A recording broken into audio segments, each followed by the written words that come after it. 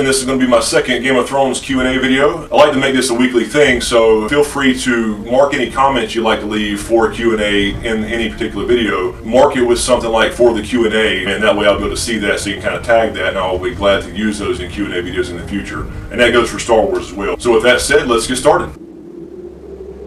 And our first question this week comes from Book Nerd Lover, and they write, and thanks for tagging this for the Q&A, by the way. Do you think Quaithe will come back in season 6? I feel like they missed the mark by only having her in 1 or 2 minor scenes. So yeah, I agree totally. I think she should have been in it a little bit more, similar to what she was in the books. For those of you that haven't read the books, Quaithe is a little more prominent in the book. She's constantly popping up places, reminding Dany who she is. She's the one that gives her the prophecy to go forward, you must go back. To touch the light, you must pass through the shadow, and that whole thing. So I may actually do a separate video on Quaithe herself, because there are some interesting theories about who she may or may not be. But honestly, I don't think she'll be back in the show, and I say that for really only one reason. Dany's already got to the point in the show where she is actually essentially captured by this Khalasar that surrounded her in the last episode of season 5. Just for storytelling reasons, I don't think she's necessary to move the story forward. Again, in the book, she's not a major character, but she does give out this prophecy, and she does constantly pop up through glass candles, essentially a magical device that will enable people to give people visions or talk with people over a distance. And she always reminds Dany to remember who you are. In the books, for example, she's in the Dothraki Sea a lot longer than we saw in the show. She's out there for quite a while by herself, trying to survive with Drogon, and she's actually in a dragon's lair that Drogon hangs out at that she calls Dragonstone. During one of the moments out there when she's alone, she's looking up at the stars, and she hears that voice, "Remember who you are, Daenerys, the dragons know to you." And she looks up and says, "Quaithe, are you there, Quaithe?" And then she sees her mask in the stars. So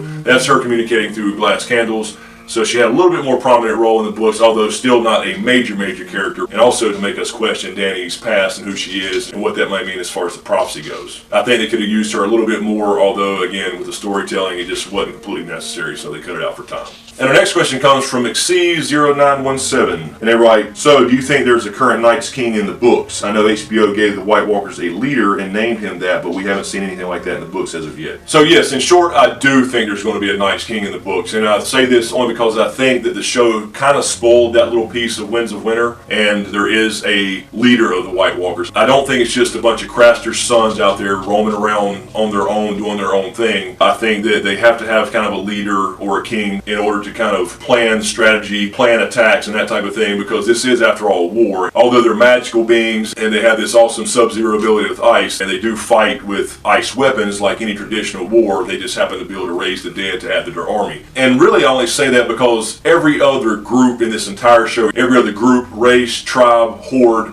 what have you, they all have some kind of lord or some kind of king. I wouldn't think the White Walkers or the others would be any different in that respect. It would, if that's the case, and they are just 20 or 30 or 50 or 1,000 White Walkers roaming around doing their own thing, raising their own little armies, that would be the only faction in this entire world of Ice and Fire that would not have a specific leader or a king. And to make this clear, the current Night's King is not the original Night's King. So the original Night's King was like the 13th commander of the Night's Watch, and he was more than likely a Stark, according to Old Nan. He became Night's King by taking a wife from the others, a female White Walker, and then he called himself king, took refuge in an older Night's Watch castle called the Night's Watch that's since been abandoned, and ruled there for about 13 years before he was defeated. And our next question comes from Bob Murray, and he writes, "You mentioned Bride of Fire. It made me think of something. What do you think the significance of Jon's hand being burnt is? It's mentioned in almost all of his chapters." So yeah, I definitely don't think that's by accident. I think there is significance to Jon's hand being burned, and again, for you guys who may not remember, Jon's hand was burned when he picked up the lantern to throw at the White, who were essentially reanimated crows, when they had tried to attack Lord Commander Mormont at the time. I think that's significant in a couple ways. First way, I think it's simply hammering into our heads that Jon is somehow related to fire. And of course that goes into the R+L=J theory, being that Jon is the son of Rhaegar and Lyanna, and he is the Song of Ice and Fire. And also I think it parallels with what happens to Dany later. Now I don't know if this was intentionally planned, but of course in A Dance with Dragons, Dany's hands get burned when she grabs a spear and pulls out a Drogon in the fighting pits. The spear was on fire, and this was dragon fire from Drogon, and she burns her hands before she tames him with her whip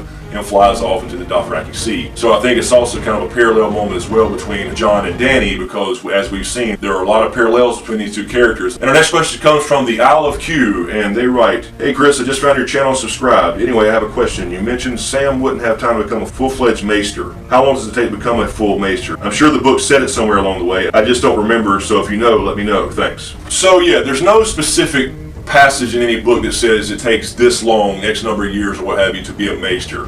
but there are some references to give you an idea. If you think about the maester's chain, each link in the chain is forged and represents an area of study. The average maester has a chain of about 20 or so links. It could be more, it could be less. I would say 20 would be a pretty accurate average as far as maesters go. And again, each link represents a different area of study. For example, copper is for the study of history, gold is for the study of money or economics, silver is for healing, iron is for warcraft, and many more. And you have some links that can only be granted by an archmaester, and some links that are a lot more rare. For example, you have black steel, I believe, which represents ravenry, and of course you have Valyrian steel links that represent magic or the occult. 1 out of 100 maesters may have a Valyrian steel link in their chain. So there were a few examples. Somebody had been there at Old Town studying for a year and already forged, 2 or 3 links in the chain. But there's other ones that say that most links take about a year. So if you're talking about an average of 20 links per maester, then you're talking about around 20 years to become a full-fledged maester where you receive the title of maester from an archmaester or what have you. So, it's not something where you can just go down for a few years,